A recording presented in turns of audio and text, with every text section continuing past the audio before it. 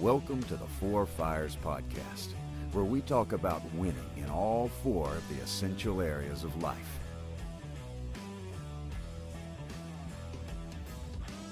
Hey guys, welcome back to the Four Fires Podcast. In this episode, you're going to get to hear from Alan and our good friend Steve Hill. Steve's going to be actually interviewing Alan, asking about what Lead Advisors is, and I hope you get a lot of benefit out of understanding what a human capital consulting company is and a little bit about Lead's culture and what our mission is in the work that we do. I hope you enjoy. So, Alan, I've been down here in LaGrange, spending some time with you and with your team, and what I'm trying to bottle up and take back to Charlotte to be able to explain, I was hoping you could help with your words so I don't miss anything, is why Lead? What does Lead do? What's a big benefit that Lead brings to the world?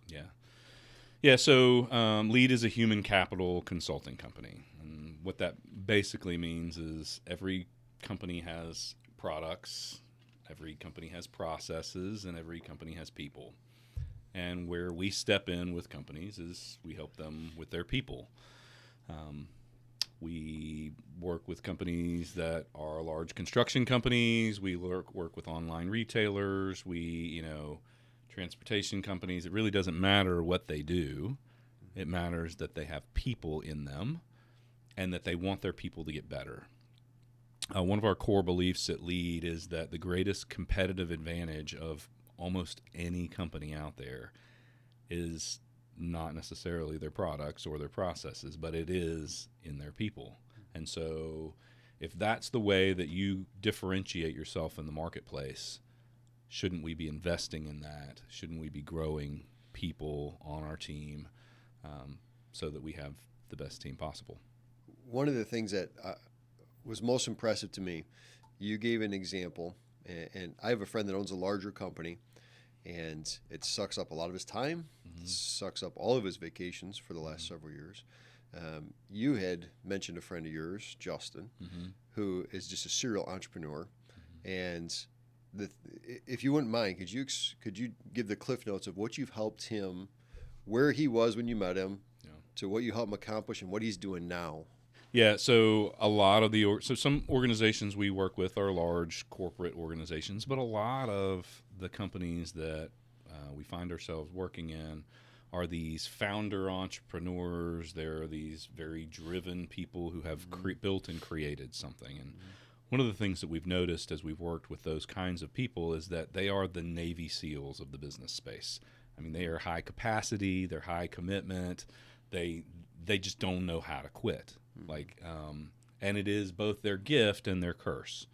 So part of what we do is, oftentimes we'll walk in and help a business owner understand first, what is the distinction between a job and a business?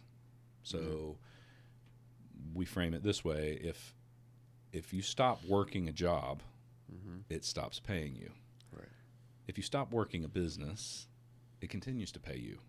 And that the reason that you didn't go work in the corporate world was because you didn't want a job with rules and restrictions and all of the cage that comes along with, living in a corporate job.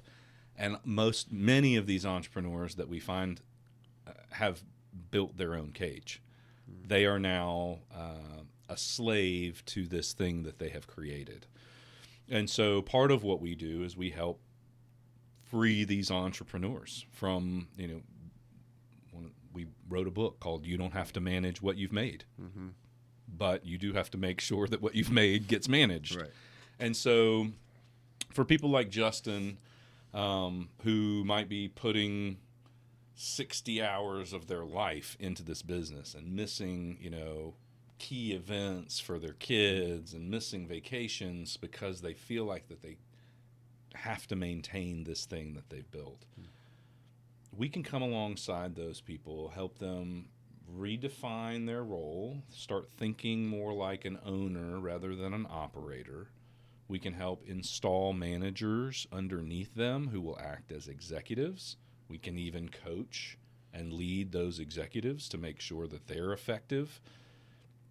And what that does is it frees up these creators, these builders, to not get stuck managing this one thing that they've built, but rather to like let someone else manage it, and that they go out and they launch something else, and they go out and they create again and again. And that is truly allowing them to live into their gift, which is in the creation, not in the management. So this example,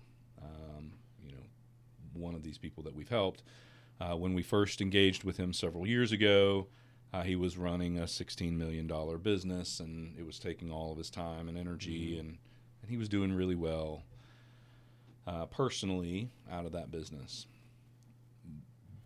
But as we've helped him move from operator to owner, he has since then gone and launched 4 other businesses, and now the total value of annual revenue of those businesses is probably in $140 million. Wow. So because his gift was in creation, not in management. And so that's a part of what we can do as we, partner with these owner and entrepreneurs. And sometimes that's the solution that they need. And sometimes they want to stay in the game and they want to continue to operate, and we can just help them do it a little more healthily. Sure. It's fascinating because I think if you talk to many entrepreneurs, they would map out and say, I want to do exactly what you just said. Mm-hmm. But what you also mentioned in there is that their giftings of launching and growing a business to a certain size doesn't always translate, and it's a big jump once you get to a certain size to then go from building it to then operating it. And so it sounds very simple what you just went through, but how does LEAD help someone like this person walk through that actual transition? And how much of, or what type of a role do you play with helping? Because I'm sure he's not growing and managing all of those businesses now. You said he runs 4 now, and has almost 10x the size of it, which is phenomenal. How does LEAD play a role in helping a person like that accomplish what you've helped him accomplish? So some of it is helping people articulate what they want. And then, the value of a coach in almost any scenario in life is accountability, but the way we like to frame that is really what we call staying directionally correct. So if you tell me that you want to go to California, and you're going to go from the East Coast out to the West Coast, and you're headed to California, and then I watch you make a right turn, and all of a sudden you start heading towards New York. Your coach goes, whoa, hang on. Right. You said you wanted this, but then I just watched you do this. Right. And anytime somebody's going to make a significant shift in the kind of work that they do, or particularly even in their identity. So some of this move from owner or operator to owner requires you have to start seeing yourself differently. And there's some work, and we're inevitably going to fall back into our old habits. And so the value of a coach, number one, is to help you articulate where you want to go, hold you accountable to going where you said you wanted to go, and anytime you get off course, redirect. But then even to help you name dates in the future that is going to be a specific win. So we're going to name, for Justin in that particular circumstance, we just named a date that he was going to first do a stress test where we said he was going to be gone for a couple of weeks and test and see how it was going to go. And we would be there. We would be present within the organization to kind of feel how things were going in his absence, make any tweaks, make any adjustments. He may come back for a little while and then name a date when he was going to be gone. In his particular scenario, we named the stress test date of when he was going to be gone for 3 weeks. It was actually during paternity leave, like it was the birth of his second daughter. He just never came back. Like, wow. Everything went smoothly during the stress test, and we were there watching it, and he just never came back. And he has not been back inside the door of that company in 4 years. In fact, he intentionally has the executives of that company come have meetings with him outside of the company because he doesn't want to go in because he knows that he'll mess with stuff. Sure. So it's fun to watch the freedom. I talked to another guy, and he said he said we've been working this plan, and because of this plan, he's like, during the summers, I disengage. He's like, I'm playing with my kids at the pool all summer long because I've got my kids. Right. And he said, but I love work. And so during the school year when they're in school, I'm all in. But he goes, I have the freedom to choose when I want to press on the gas pedal and when I want to let off.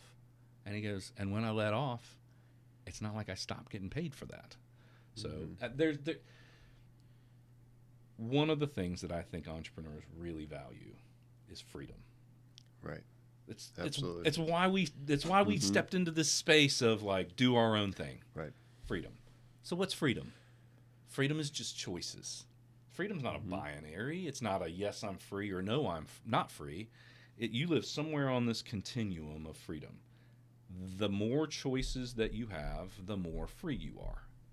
And the choice that most entrepreneurs have is, I have the choice to get up and go to work to keep the business running, or I have the choice to not go into work and the business falls apart in 2 months. Well, that's one choice.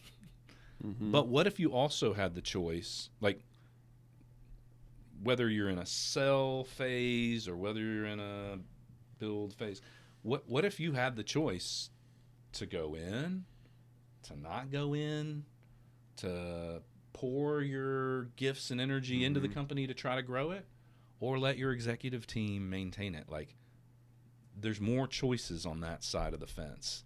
And so we actually, one of the things we call it the freedom model, is we coach people into this idea of having more choices in how they run their business. And a big part of that has to do with building exceptional executives underneath them. And just because you're good at building a business doesn't necessarily mean that you're really good at building the people who you need to run your business. And that's where we come in. Like, we are experts at people development. So we can help you build those experts or those executives underneath you that you need to gain the freedom that you originally intended to have while you were starting your business. And I think to your point, a lot of people, a lot of men and women that are starting businesses as entrepreneurs, they are really good at certain things, which can sometimes bleed over into the assumption they're good at all things. Right. So lead yourself and your team. You work with companies that have people. A lot of the companies you work with, not all of them, but a lot of them are multiple millions, hundreds of millions of dollars. What would you say to the mass number of people in the country today that are starting their own business? They're early in their journey. They've already started it, but they're early in their journey. They're sub 5 million, in some cases even sub $1 million, where every penny is maybe tough to come by in the early going, but they want to grow a larger business. They want to accomplish some of the things you're talking about. How would you talk to or explain to that person the value of a coach early to build towards what they want, maybe compared to or versus, I'm going to wait until I have money or wait until I'm at $10 million and then start applying some of the things you're talking about? So what would the value to lead be to a new or a smaller business that wants to grow and be a bigger business? Man, those early days are a slog. Like, it really, I mean, less than 4% of businesses that are ever started ever break the $1 million mark, right? So, so for anybody who has gotten a business to that point, kudos, right? You're in the top 4% of something. It is never too late to build culture, to build leaders, and but what I will say is it's harder the bigger you are. I think there's a fallacy that people say, "Oh, well, I'll do that when I have money. It will be easier." No, it will be harder, and it will cost more money. Because you're turning a ship that's much bigger. It has inertia that's already moving in a direction. So if you don't do the people development work early on, number one, every hiring decision, when you have 2 employees and you're going to go to hire that 3rd employee, well, the importance of that hire is way more important than the hire of the 100th employee, because that 100th employee makes up 1/100th of your culture. But that 3rd employee makes up 33% of your company culture.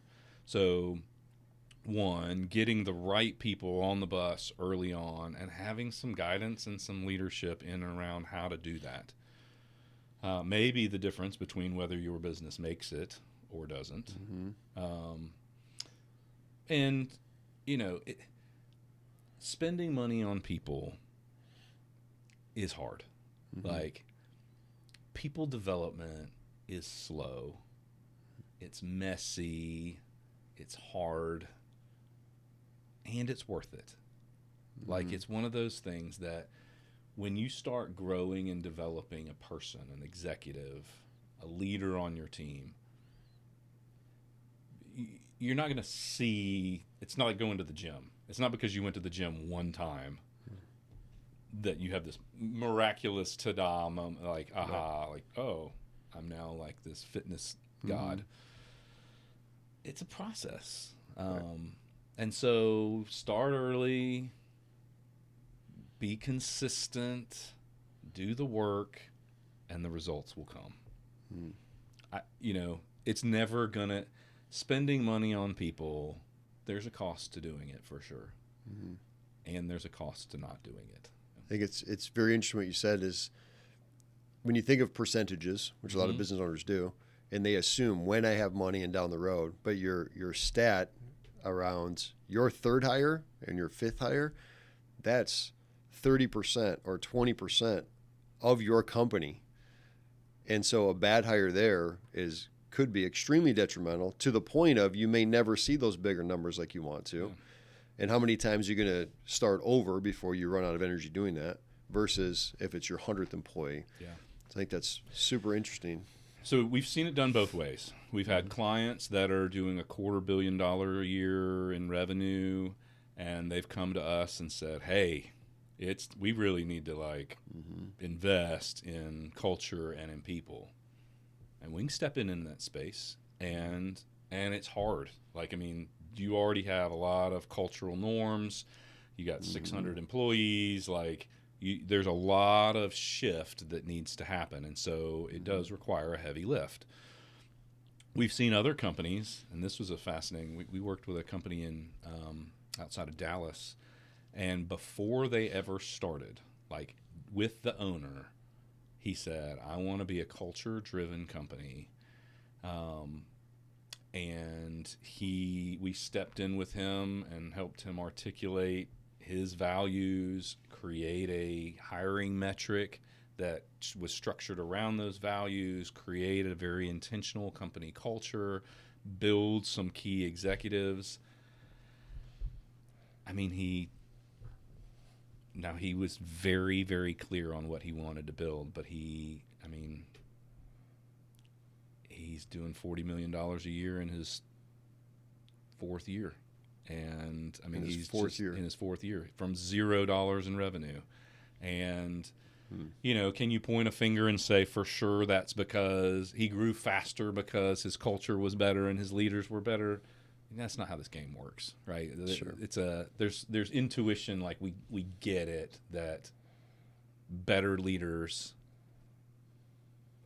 allow us to attract better talent, retain better talent. We kind of know that because we have experiences having been led by poor leaders, and we Right. didn't stay there. That's right. So, but yeah, I mean, we've seen it done both ways, both from, hey, we've already established ourselves as a company. It's now time to build culture. That's fine. I think you get more juice for your squeeze if you Right. start early. Yeah. Being down here for the last couple of days in the Grange, it's been very encouraging, and I feel good walking around with you guys, walking around town. There's a lot of people that recognize you. There's your gym. Today we were at the chamber. We were talking to other local businesses, and there was a lot of people remembering you opened up for this event and you spoke over here, and you guys have developed. You've really played a big role from an outside perspective. You've really played a big role in providing a service to a town that now, after a few years, really, and I'm sure along the way as well, but it's obvious to me they appreciate Lead being in that town. And what you've done for this community, what you've done for the businesses, what you do for the businesses that are trying to build this community. What would you point to, or what would you, when you think about LaGrange, what are you thankful that you've been able to accomplish by adding to this town? Yeah. Thanks. We are trying to make a dent in building an economy and a community. Generally, what we see in businesses and even in overall communities is that there are three bottlenecks to growth. Right. So the first bottleneck to growth is, do we have opportunity? And so from a business's perspective, that question is, can we find anybody who wants what we have to offer? So you evaluate that, and if you can find opportunity to sell your wares or your services, great. The next question is, do you have capital? Is your bottleneck capital? Can you get a hold of the money that you need to be able to deliver on all the opportunities that exist? And then the last question, the last bottleneck, is talent.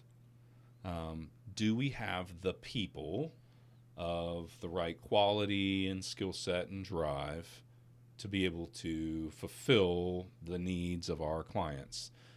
So those three bottlenecks: opportunity, capital, and talent. More often than not, when we ask business owners, what's the limiting factor to your growth, their answer is, it's talent. We can't find the right people. We can't train the right people. We can't get, and we want to be a solution for that, both at the business level, but then ultimately even at the community level. We want our county, we want our community to be known as a place in the country where we have quality talent, that we have good humans who are willing to do good work. And that's a high, lofty dream that requires an awful lot of work, but that's the game. That's the place we play in. It's not a big goal. It's not worth Yeah. pursuing. Doesn't raise the blood pressure. So, with that being said about LaGrange, I think it's a great answer. Lead has a vision that to expand, to add exactly what you talked about doing in LaGrange, being able to do that in more cities, more towns, more suburbs, all over the country. Recently, Lead has identified or decided their first expansion of many will be in the Charlotte metro area. Yep. Charlotte's a unique, being where I live now and have for several years, Charlotte's unique in that you have people that have lived in Charlotte, literally second, third, fourth generation. The town I live in west of Charlotte, I've met multiple people that are fourth generation, whether they run the local bank, the farmers, there's a furniture company's been on the downtown in the square for 47 years. So you have second, third, fourth generation. You have the banking has come in, so a lot of financial institutions come into Charlotte. So you have a lot of both suppliers and kind of second, third tier, but you also have the banking, so big, large national companies that have come in. They put a lot of money and infrastructure into Charlotte. Yep. You also have a tremendous number of people that are moving to Charlotte. So in the 2020, 2021 timeframe, there was roughly 170 people a day moving to Charlotte and the suburbs. Wow. They've changed infrastructures of cities, have in some cases become overwhelmed because there's so many people moving. They've changed a lot of the zoning to allow more people to move to this area. A lot of those people are coming with dreams or visions of being able to build a company, or they have started a company. So you have 50, 60, 70-year-old companies. You have also people that aren't necessarily from the area that are building business. So they've either moved their company there, in some cases they're small, but they're growing, or you have people that are starting companies there. So two-part question. That being the background of Charlotte, number one, why Charlotte? Of all of the areas that you have on your vision board to expand LEAD, why Charlotte, number one? And knowing what's in Charlotte, why is that a perfect spot for LEAD to come? Yeah, so so the real answer to the question of why Charlotte, LEAD is filled with a group of people. We are natural people developers. Like we, the expertise that we require to be a part of LEAD is, a good culture fit for us, and a good background and a passion and a heart for doing the kind of work that we're doing. And so really the reason to move to Charlotte is because you're in Charlotte. It's because it's like we will only work with companies that have people in them. Do you have any companies in Charlotte with people in them? Lots right, of them. Right. Yeah. Yep. And so where we go is mostly a product of who we align with, and who's going to own and champion the business in that environment. So we've been really, really excited about you as a culture fit for us. We believe a lot in both your character and in your professional competencies. I appreciate that. And I think that there's a market for these kinds of services in almost any place that businesses want to grow and to thrive. Like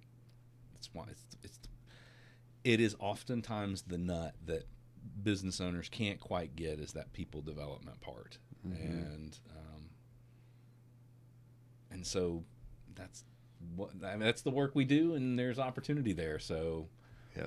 we're gonna partner with you to move what we do into that space. Yeah, I'm incredibly excited about it. Yeah. We moved down from Illinois with the idea of being able to build roots, add value into a community like we haven't previously. So my wife and our 4 girls are excited to strive for the impact that you've had in LaGrange and surrounding, and you mentioned Texas and lots of other areas as well. And we have that same vision all over Charlotte and our local community of being able to work with those folks. I know a lot of great people. I've been able to meet some of your advisors down here. You have an incredible advisor team, and I appreciate part of the reason of coming to Charlotte is there's a good culture fit and character and the other things you said. I very much appreciate. Your advisors exude that. When I walk around LEAD, I don't hear a bunch of people talking about what LEAD does. I hear a bunch of people talking about who they are, which is why they have aligned with LEAD. Some incredibly talented people. PhDs, college professors, pastors, superintendents, incredibly talented people that have been attracted to LEAD. Testament to the incredible culture that LEAD has, because it's genuine. It's who they are. What would you say into Charlotte as an extension, or maybe you could just speak a little bit to the advisor role and who that serves and in what ways that it does, or how that culture fit is good for LEAD? Yeah. So, it's been really interesting as we've gone down the path of what is it that makes a great advisor for LEAD. And it really is not educational pedigree, although we have some people who have some really impressive educational pedigrees.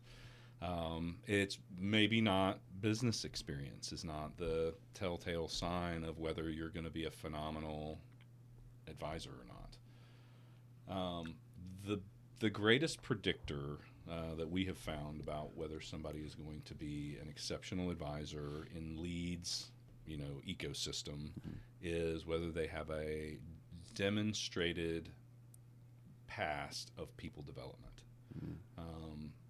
it takes a special person to be able to sit down with someone and make the session all about them, to extract from them what they need to say, because you are operating in their best interest, because you want them to win, and your win is seeing them win. And so there's just a wiring for these people who are these gifted people developers. And oftentimes we find those people in the ministry space and in the counseling space and in the education space. And what we're able to do is we're able to give them a skill set that's layered on top of their natural wiring, that oftentimes allows them to earn a pretty decent hourly income for using their gifts in a different context. So we're very intentional about the advisors that we bring on board, but it's surprising that it's not necessarily the resume that you might expect that makes a great advisor. It's much more, can you show me a demonstrable example of people development throughout your history, and if that's true, then we can teach you all the rest. But it's really hard to teach you how to deeply care about the person on the other side of the table at the level that we need for you to care about them. We can do it, but but it's long. That's a longer burn than that's not who we're looking for as an advisor. Right. So you're finding the folks that is who they are at their core, and their giftedness or their talents, and then you're guiding them in a way that they can use their gifts and talents that adds value to people, companies, the world, in addition to where they're already using those gifts and talents. Yeah. What's really interesting is, so when we coach, so one of our frameworks, just at a very high level, we coach in what we call the 4 fires framework. And so those 4 fires that we coach in is we coach in the professional fire, the people fire, the physical fire, and the purpose fire. And part of this journey for our advisors, your professional fire is made up of your craft, so what you're good at, and your ability to convert your craft into cash. And we are all, as advisors, on this 4-dimensional journey to help grow and develop these other people 4-dimensionally, but we're also on the same journey. And so for many of our advisors, learning the craft of being an executive coach is part of their professional fire development. It's the part that allows them to convert their craft into cash more effectively. And it's a neat byproduct of some of the work that, it's kind of a symbiotic ecosystem. We're growing, they're growing. It's a win-win-win. All of your advisors are living what they're teaching. And many times the gifts that they have to be able to offer to their clients come out of the other 3 fires. Come out of the purpose fire and the people fire and their physical fire. So, I had somebody ask me the other day, Alan, and I repeated this from, I think I heard you say it or someone say it. I said, what do you do? Or what does LEAD do? And I said, LEAD builds, we build 4-dimensional leaders and businesses. And it was a quick conversation, and that was the start of it. But I've heard you talk a lot about 4-dimensional leaders. If you could, and I know there's some resources that dive in and do justice to this question, but if you gave a soundbite to explain what is a 4-dimensional leader, what would that look like? Yeah, so real quickly, the 4 dimensions that we're looking at building are your professional area, so your craft and your cash. Your people area, friends and family. Your physical area, how you eat and how you exercise. And your purpose area, which is your connectedness and living into the commitments of your life. So what we mean when we say a 4-dimensional leader, it's pretty easy to find a 1-dimensional man or a 1-dimensional woman. This is somebody who's killing it in their profession, but the rest of their life is kind of like a train wreck. When you have a 4-dimensional leader, you have somebody who is so good at their craft, and they are recognized for being good at what they do, and because they're good at converting that craft into cash, they're well resourced. They don't operate out of need; they operate out of want, and they're very good at what they do, and people know it. And that they're in their people fire, their home is a source of strength and not of stress. That they have real, meaningful friendships with people that they can do life with, that they have in their physical fire, that there's a presence about them, that they carry themselves with a confidence because they know that they've done the work to be in good shape, and that's regardless of where they are in their age journey. I know some 70-year-olds who walk in a room and there's something about them because they carry themselves because they've done the work.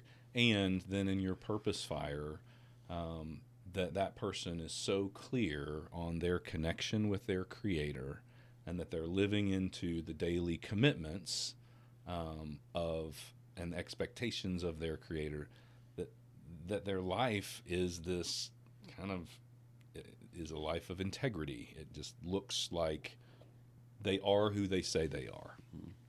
When you meet somebody who is winning in all 4 of those areas, you notice. And the ability that person has to be able to lend strength out of each one of those areas changes their families, changes the business and the community that they're a part of.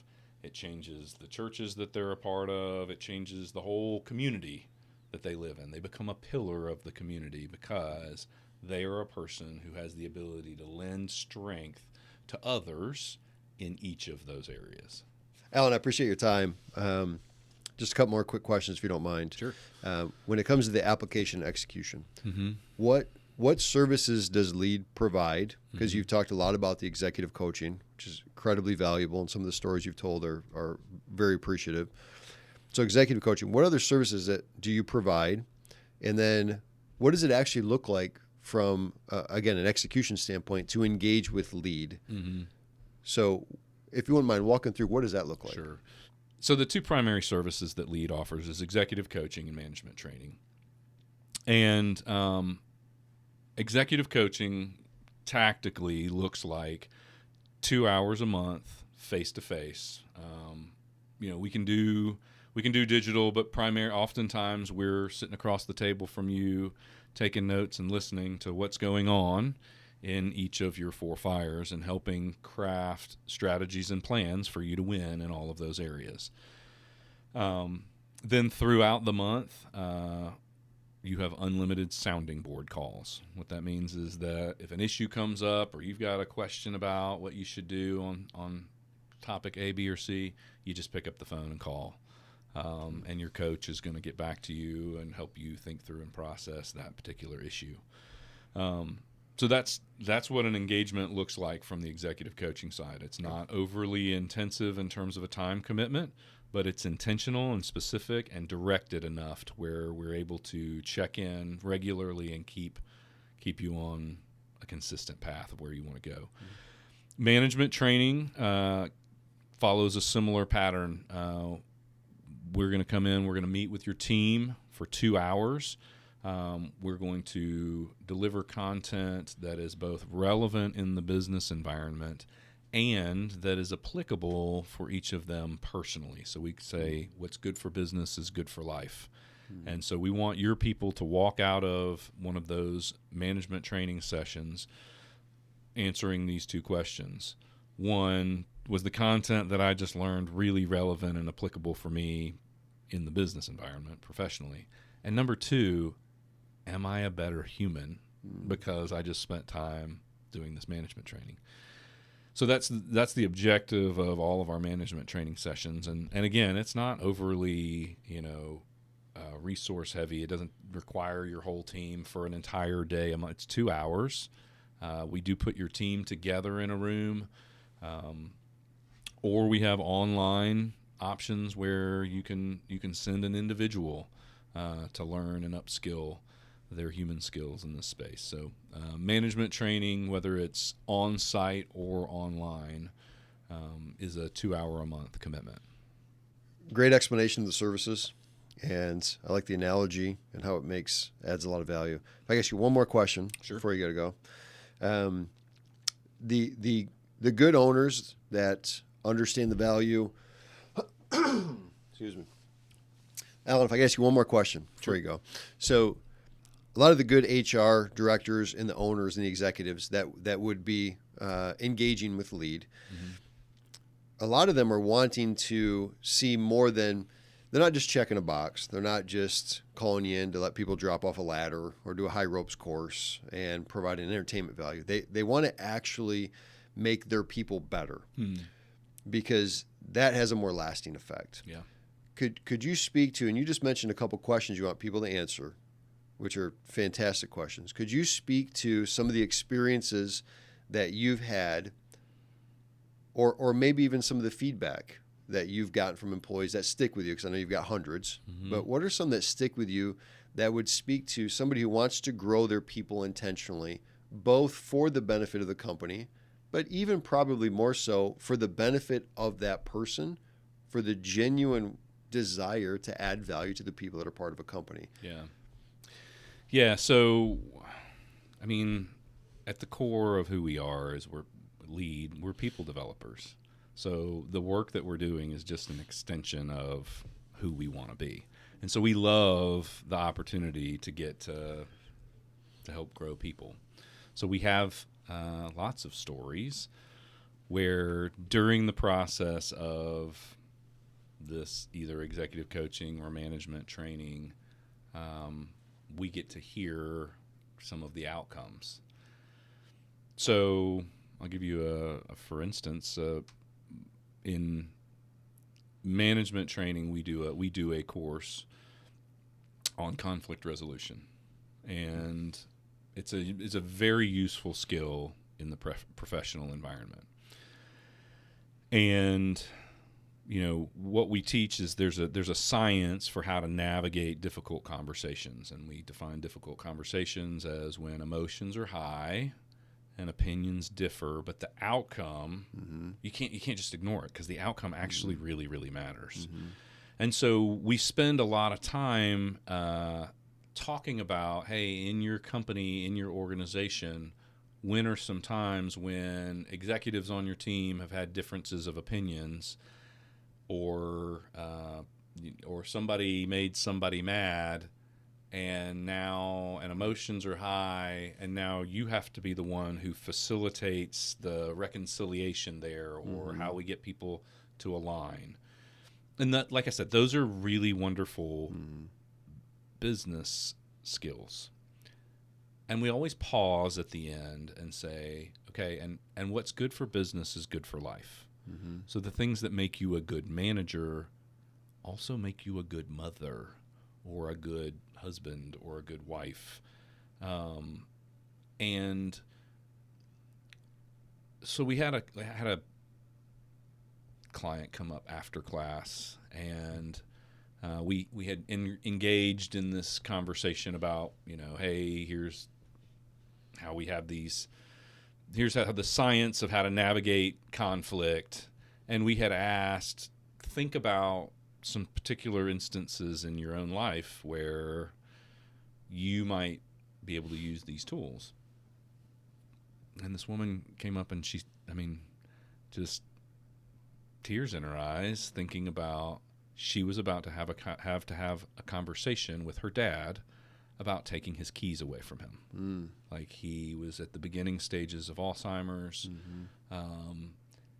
Both his opinion and the opinion of the participant's mother, or that he was fine to drive, but there had been multiple occasions where he had, all the indications were there that this maybe was not a safe thing for him to be doing, both for him and for other people.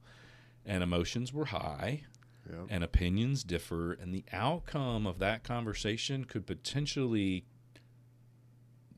save someone's life. Right. It needed to happen. And she said, "I am so thankful. I feel like I can go and have this conversation. Wow. And it will still be hard, and it will still be messy, but I feel equipped to go have that conversation and align all of us around what we all want, which is we want Dad to be safe, and we don't want Dad to ever do harm to someone else. And how do we make sure that that's always true?" And so, anytime you get to help somebody with a real problem, the value in this is that it's not theoretical. Right. It's real life. It's real life. And so that's, whether it's, and the win for the business owner is, wow, I just invested in something that not only helped my person function better at the office, but helped them get a skill set that helped them really be a better daughter. Right. And that creates this gratitude and gratefulness of just like, wow, my company would invest in me at this level. So, we like doing that work. We like it when owners understand, like, this is an investment. And there'll be some professional benefit for you, but right, your employee is also going to get a win out of this. Yeah, that's huge. I appreciate you sharing. Yeah, that's great.